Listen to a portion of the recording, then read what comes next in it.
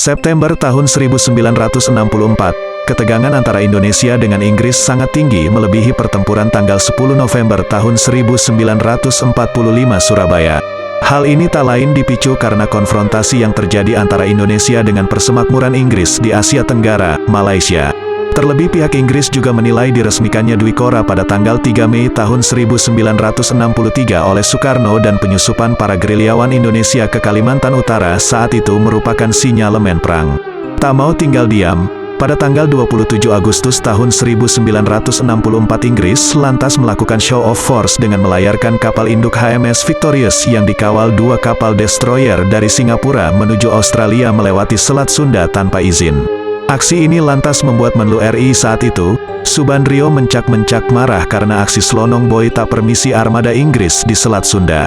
Pihak Indonesia juga menilai hal ini sebagai aksi pancingan agar pihak AURI atau ALRI menyerang armada Inggris dan menjadi alasan Inggris untuk berperang dengan Indonesia, persis seperti insiden Teluk Tonkin Vietnam. Lantas pada tanggal 2 September tahun 1964, Subandrio memberikan ultimatum keras ke armada Inggris pimpinan HMS Victorious jangan coba-coba lagi lewat Selat Sunda saat perjalanan kembali ke Singapura atau akan tanggung konsekuensinya.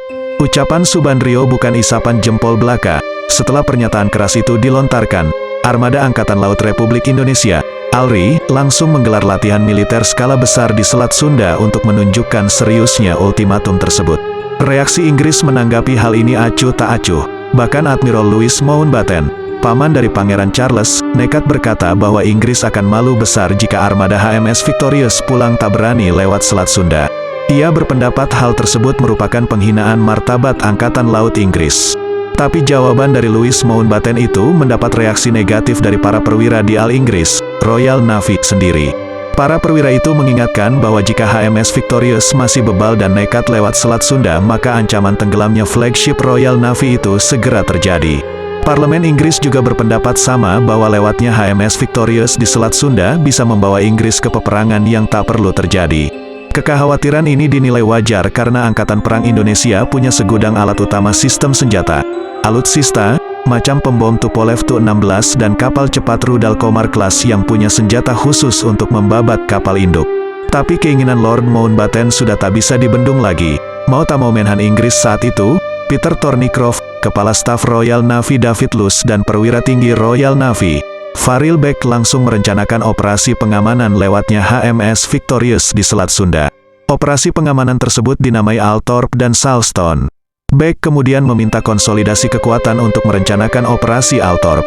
Beck lantas mendatangkan satu skuadron pembom ringan Canberra, satu skuadron pesawat jet Gloster Javelin dan beberapa pembom berat V-Bomber RAF.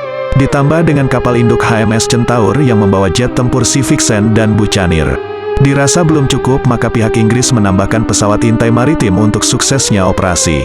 Althorp akan dilaksanakan untuk jaga-jaga jika kekuatan perang Indonesia menyerbu HMS Victorious dan melakukan tindak balas dengan melumpuhkan semua pangkalan AURI, TNI AU, dan ALRI, TNI AL di Indonesia. Sedangkan untuk operasi Charleston, Beck menargetkan menyerang 7 sasaran di Kepulauan Riau dengan serangan meriam kapal. Kemudian ada 8 sasaran lainnya, total ada 15 sasaran yang harus dihancurkan dalam operasi Charleston. Ke-15 sasaran tersebut dicurigai Inggris sebagai tempat penyelundupan gerilyawan Indonesia ke Malaya dan Singapura. Tapi Australia dan Selandia Baru keberatan akan operasi ini karena serangan balik dari AURI dan ALRI bisa mematahkan kekuatan Inggris di Singapura dan mungkin serangan terbatas juga akan berlanjut sampai ke Australia. Namun kedua operasi itu urung dilaksanakan lantaran HMS Victorious akhirnya lewat Selat Lombok karena sudah ada kesepakatan antara Inggris dan Indonesia. Tapi HMS Victorious dan kapal pengawalnya bukan berarti aman saat lewat Selat Lombok. Mereka dibayang-bayangi oleh pembom AURI Tu-16 dan kapal selam ALRI, RI Alugoro serta RI Cundamani yang siap menyerang jika kapal induk itu berbuat macam-macam.